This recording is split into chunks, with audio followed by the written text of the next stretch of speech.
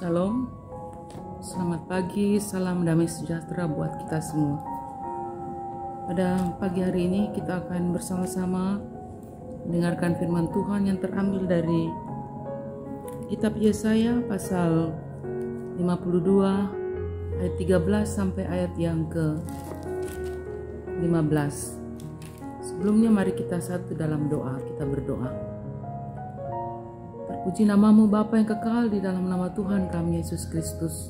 Engkau Allah kami yang beranugerah menyatakan cinta kasih dan setia, dan senantiasa memberkati kami sebagai jemaat-Mu untuk mengerti firman dan kehendak-Mu dalam hidup kami. Terpuji namamu Tuhan Yesus, haleluya, amin. Yesaya pasal 52 ayat 13 sampai 14 berbunyi demikian. Hamba Tuhan yang menderita. Sesungguhnya hambaku akan berhasil, ia akan ditinggikan, disanjung dan dimuliakan. Seperti banyak orang akan tertegun melihat dia, begitu buruk rupanya, bukan seperti manusia lagi. Dan tampaknya bukan seperti anak manusia lagi. Demikianlah ia akan membuat tercengang banyak bangsa, raja-raja akan mengatupkan mulutnya melihat dia. Sebab apa yang tidak diceritakan kepada mereka akan mereka lihat, dan apa yang tidak mereka dengar akan mereka pahami.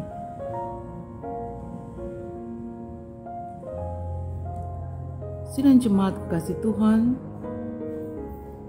firman Tuhan adalah tentang hamba yang menderita. Kehadiran seorang hamba Tuhan adalah dalam rencana Allah demi untuk menyatakan keberadaan Allah sendiri sebagai pengutus hambanya.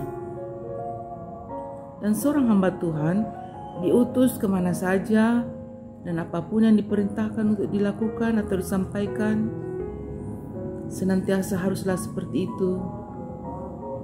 Dan mereka atau hamba Tuhan itu janganlah takut, karena Allah mengetahuinya, Allah menyertainya.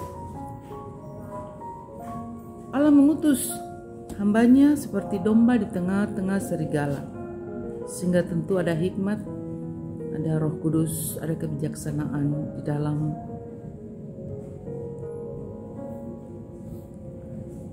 melaksanakan tugas tanggung jawab sebagai hamba Allah. Karena Tuhan menyertainya, Tuhan bersamanya.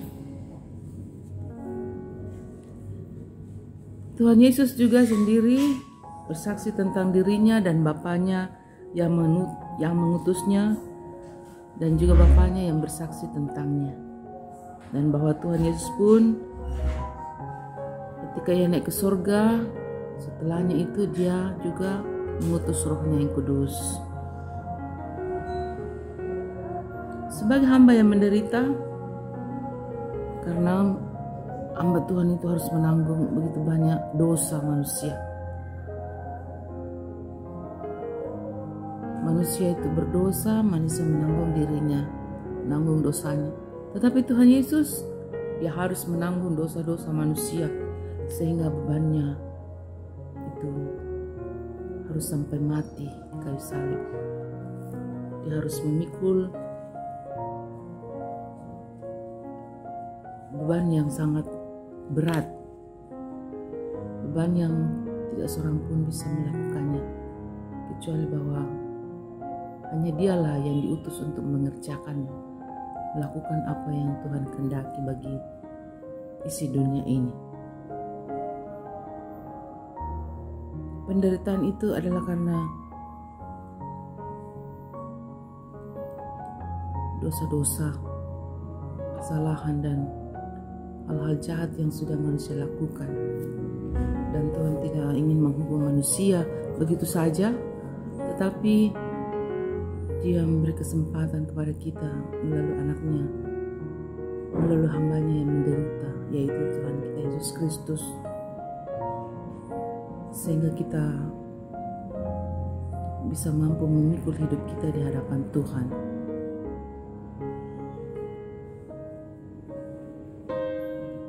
hamba yang menderita secara fisik, penampilan, paras, muka, semuanya sudah tidak kelihatan lagi sebagai manusia yang seperti yang kita inginkan. Yang ada bahwa penampilannya sudah sama sekali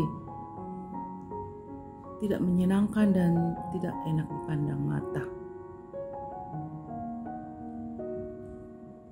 Tetapi Tuhan melakukan hal itu karena Dia tidak mengutamakan apa yang kelihatan dan apa yang dilihat oleh manusia.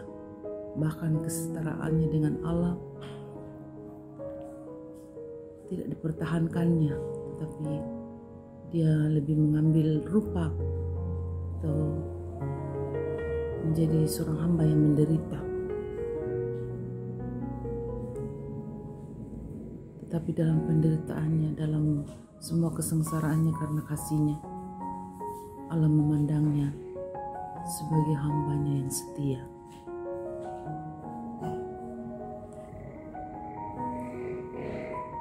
Tuhan memandang kepada orang yang diurapinya, kepada anak-Nya, kepada hamba-Nya, kepada orang yang mengerjakan apa yang menjadi rencana Tuhan bagi semua ciptaan-Nya. Setelah hidup dengan kesengsaraan dan semua penderitaan yang hebat karena dosa dan kesalahan manusia yang dikasihinya, hamba Tuhan yang setia itu akan melihat terang dan menjadi puas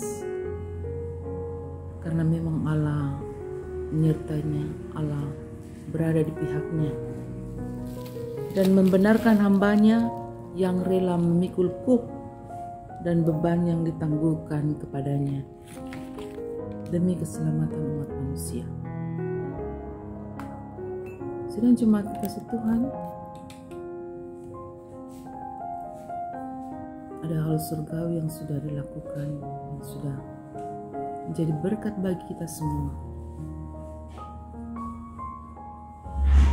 Karena itu kita senantiasa menyiapkan hati dan pikiran kita untuk tetap berada dalam kasih setia Tuhan kita Yesus Kristus, dan kita bersiapkan diri untuk selalu mengambil bagian dalam firman Tuhan dalam hidup kita, supaya kita tetap bisa melihat bahwa pertolongan Tuhan itu sungguh nyata. Dia mengasihi kita dan menebus dosa kita.